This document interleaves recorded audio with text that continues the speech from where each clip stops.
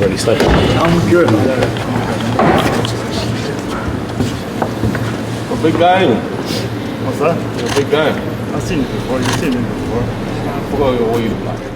Dereck Chisora is set to face replacement opponent Otto Wallin on February 8th at the Co-op Live in Manchester. The 40-year-old veteran Chisora, 35-13 with 23 knockouts, originally scheduled to fight Jarrell Miller, saw that bout collapse due to promotional conflicts. Now, the stage is set for what many anticipate will be an uphill battle for Chisora against the skilled Swedish southpaw. Wallin, 27-2 with 15 knockouts, appears to have the upper hand, as Chisora's best days are clearly behind him. A swift and decisive victory for Wallin seems likely, given Chisora's recent performances, which suggest he's a shadow of his former self. Interestingly, Chisora may have had a better chance against Miller, whose slower style and less technical approach might have played into the veteran's strengths. However, the challenge doesn't end in the ring. Promoters face a daunting task filling the 23,500-seat Co-op Live venue, given the underwhelming buzz surrounding this matchup. Jarrell Miller, with his brash personality and penchant for trash talk, would have drawn more attention, but Wallin lacks that same magnetic appeal. Additionally, Chisora's ability to sell the fight has diminished, as his speeches now come across labored and lacking energy.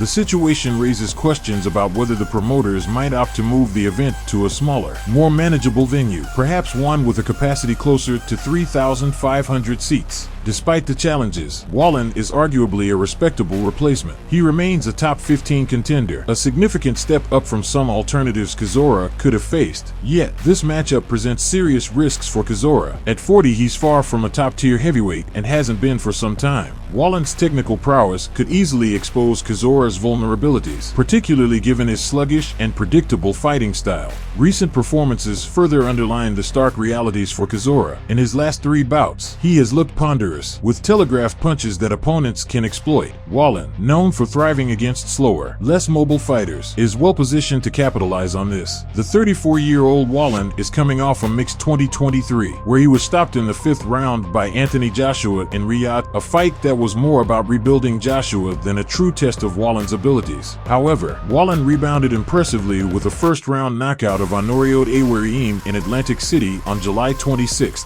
For Chisora, the goal of reaching 50 career fights looms large, but the outcome of this bout could dictate whether that milestone remains within reach. A loss, especially a decisive one, might force him to reconsider his future. Remarkably, despite 13 career defeats, Chisora continues to headline events, a testament to his enduring popularity in the UK. In contrast, such opportunities would likely have dried up elsewhere, such as in the United States, where he would likely find himself relegated to preliminary bouts. As the date approaches, all eyes will be on Chisora to see if he can defy the odds yet again, or if this marks another step toward the inevitable twilight of his storied career. It has to be moving and pivoting.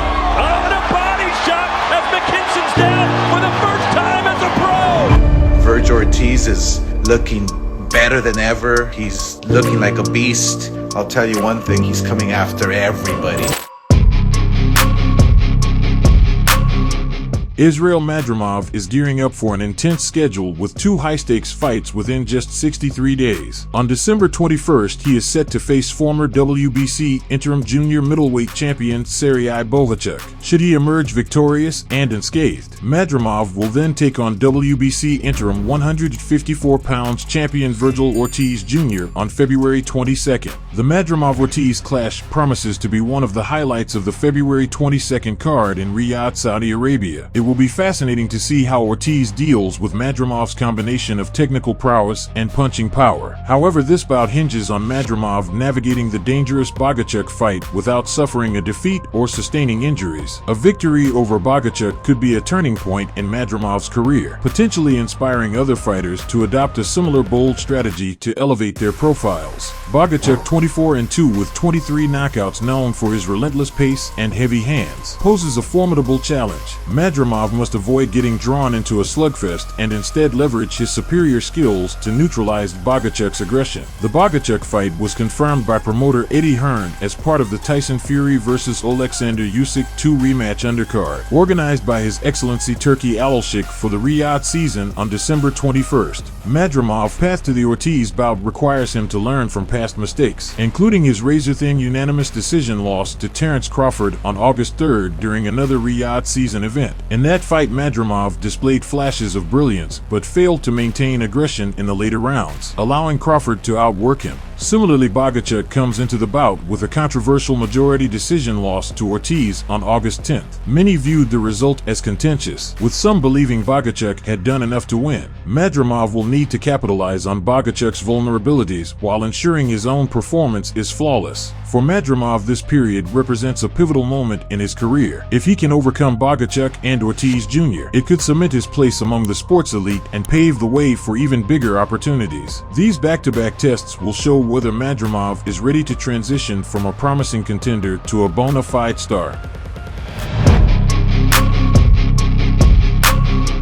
It's difficult to call this a legitimate world heavyweight title fight. In fact, the December 7th event set to take place in Sofia, Bulgaria, hardly seems noteworthy at all. However, the bout between Mahmoud Charr and Kubrat Pulev has gained a modicum of attention thanks to the announcement that it will be broadcast live on DAZN. If you're already paying for a DAZN subscription, odds are you might end up watching this peculiar clash, which is being dressed up as a world heavyweight title fight. While the idea of calling this a title bout might sound absurd to most boxing enthusiasts, there's a decent chance the fight itself could deliver some raw entertainment. Both fighters, 40-year-old Charr, boasting a 34-4, 20 KOs record, and 43-year-old Pulev, who stands at 31-3, 14 KOs, are seasoned veterans, if not outright relics of the sport. Neither man is a picture of activity, with Charr, nicknamed Diamond Boy, having fought only 3 times since 2017. But when these two aging heavyweights step into the ring, fans might witness an old-school slugfest. It may lack technical brilliance, but for those who enjoy a rugged, barroom brawl-style spectacle, this could be worth a watch. What remains to be seen is how many viewers this fight will attract on DAZN.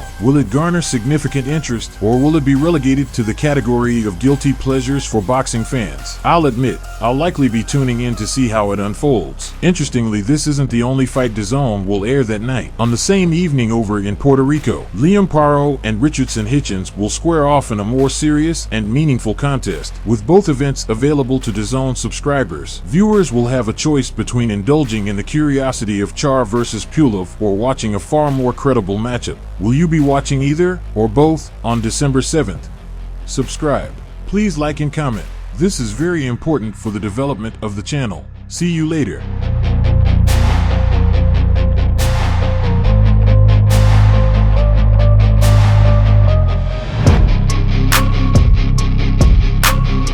Floyd Schofield has taken to social media to declare that the contract for a fight against Shakur Stevenson is signed, calling it a done deal. While this development sparks excitement, official confirmation from Turkey Alshik, Matchroom and Golden Boy is still pending. Stevenson 22-0. 10 KOs, the 2016 Olympic silver medalist, announced on Saturday that he had signed his part of the deal. Adding fuel to the fire, Shakur posted a cryptic message today, "Baby food," a remark clearly aimed at the 22-year-old Schofield. For Stevenson, this fight seems personal. The Newark native appears thrilled to face Schofield, a prospect he's clearly targeted. It's no secret that Shakur showed little interest in facing Andy Cruz or granting Edwin de los Santos a rematch, perhaps acknowledging the challenges those fighters pose. Schofield, by contrast, seems like a safer bet, given his inexperience. However, fans and analysts alike question whether this matchup does justice to the lightweight division, with many hoping that His Excellency Turkey Alshik would push for a more competitive bout against the likes of Cruz or Raymond Muratalla. Such a decision would have elevated the February 22nd card in Riyadh significantly. Should the fight materialize, the outcome seems predictable. A loss for Schofield, known as Kid Austin, could embarrass not only him and his father, Floyd Sr., but also Stevenson, Oscar de la Hoya, and fans hyping the fight as competitive. Schofield's lackluster performance against Rene Tellez Duran on November 2nd did little to boost confidence in his readiness for a challenge of this magnitude. Critics argue that his unproven record against top-tier contenders diminishes his credibility as an opponent for Stevenson's WBC 135 pounds title. Nevertheless, the Schofields have aggressively pursued this fight, exuding confidence despite the significant risks. Schofield Sr. recently revealed in an interview that the announcement will be made on Monday, December 2nd, during an event in Saudi Arabia. The elder Schofield is optimistic, asserting that Golden Boy Promotions and the broadcast partners have greenlit the bout, and promises fans will wake up to the news confirming the fight. While social media remains skeptical, Schofield Sr. insists it's a done deal. Golden Boy's Oscar de la Hoya has voiced reservations, stating that Schofield Jr. might benefit from more seasoning before stepping into the ring with Stevenson, a Season 3 division champion who has faced far superior competition. Despite this, the allure of a massive payday, reportedly in the millions, appears to have tipped the scales for Team Schofield. It's the most lucrative opportunity of Kid Austin's career, but it might also expose the gap between a promising prospect and an elite fighter. The anticipation builds as fans await Monday's announcement. Will the February 22nd clash deliver the fireworks Schofield Sr. promises, or will it serve as a stark reminder of the levels in professional boxing? For now, the boxing world holds its breath. Subscribe. Please like and comment. This is very important for the development of the channel. See you later.